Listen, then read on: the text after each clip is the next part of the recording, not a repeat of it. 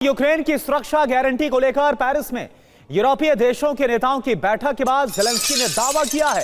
वो दावा क्या है आपके सामने। यूक्रेन में उतर सकती है यूरोप की सेना। यूक्रेन के राष्ट्रपति ज़ेलेंस्की का बहुत बड़ा दावा। यूरोपीय देश सुरक्षा गारंटी देने को तैयार हो गए हैं। 26 देशों से सुरक्षा गारंटी का भरोसा मिल गया है।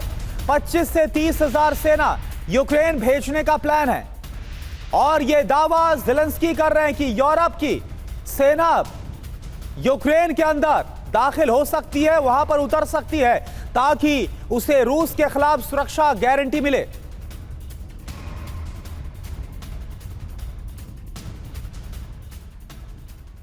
तो देखिए, यही है जिसको लेकर लगातार व्लादिमीर पुतिन की तरफ से वार्न किया जा रहा था। और सवाल यह है कि जब यूरोप की सेना 26 देशों की जो सेना है, जब वो यूक्रेन के जंगी मैदान में उतरेगी तो क्या इसके बाद वर्ल्ड वॉर 3 तय है? क्या तीसरा विश्व युद्ध छिड़ना तय माना जा रहा है? ऐसा क्यों कहा जा रहा है आप जरा देखिए, क्योंकि दावा कुछ ऐसा ही है ज़ेलेंस्की का।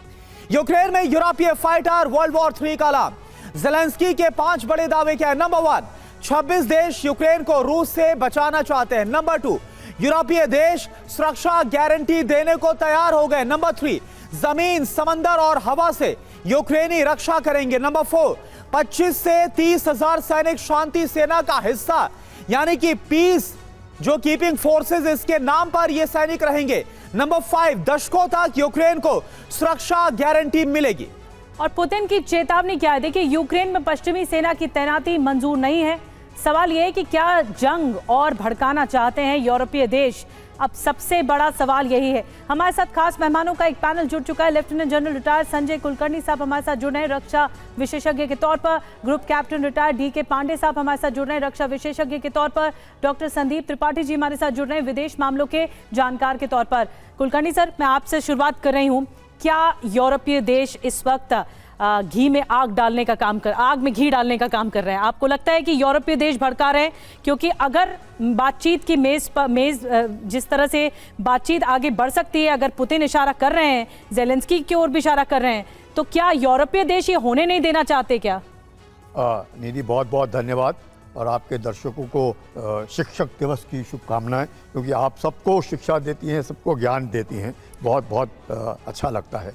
सवाल ये है कि ये जो कोएलिशन ऑफ विलिंगनेस है, और ये विलिंग नेशंस की हम बात करते हैं, कोएलिशन ऑफ विलिंग, जिसमें 26 देश भाग ले रहे हैं, ये लेंगे तब जब सीज फायर होएगा तब, यानी कि उससे पहले ये कुछ नहीं करेंगे। ये एक दबाव डालने की कोशिश की जा रही है पुतिन के ऊपर कि किसी ना किसी प्रकार से एक तरीके से डेटरेंस हो कि इसके बाद अगर सीज फायर होता है और युद्ध विराम के बाद अगर शांति बहाल होती है, उस शांति बहाल को रखने के लिए ये कोएलिशन ऑफ विलिंग, यानी कि 35 देशों में से 26 देशों ने माना है कि वो सहायता करेंगे, पैसे से करेंगे, ट्रुप्स के साथ करेंगे और यकीनन अपने सैनिक देने। लेकिन शुरुआत में ही आपने देखा कि इटली ने कहा है कि हम अपने सैनिक नहीं देंगे। वो ट्रेनिंग दे सकते हैं, वो सब कुछ करेंगे, बस सैनिक नहीं देंगे।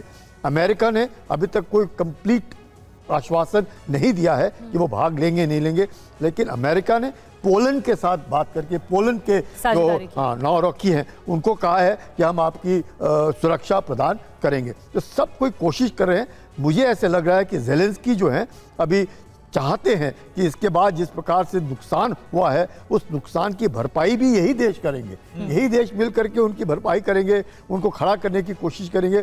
यकीनन एक ही चीज़ है कि रूस के ऊपर दबाव, और यही नहीं, बाल्टिक देश भी, नॉर्डिक देश भी मिल करके यकीन कर रहे हैं कि बिल्कुल कुलकर्णी सर, जाहिर सी बात है कि ज़ेलेंस्की जो दावा कर रहे हैं उससे ना सिर्फ एक रूस पर दबाव बनाने की कोशिश है, बल्कि साथ ही साथ जो माहौल है वो इससे और ज्यादा विध्वंसक हो सकता है। यही वजह है कि लगातार ये सवाल उठा है कि क्या पूरी दुनिया पर वर्ल्ड वॉर 3 का जो ग्रहण है वो लगता हुआ नजर आ रहा है, और दावे क्या है और क्या हो सकता है, इस पर लगातार हम बात करें, क्योंकि सुरक्षा गारंटी के नाम पर, सुरक्षा गारंटी के नाम पर यह सब कुछ हो रहा है।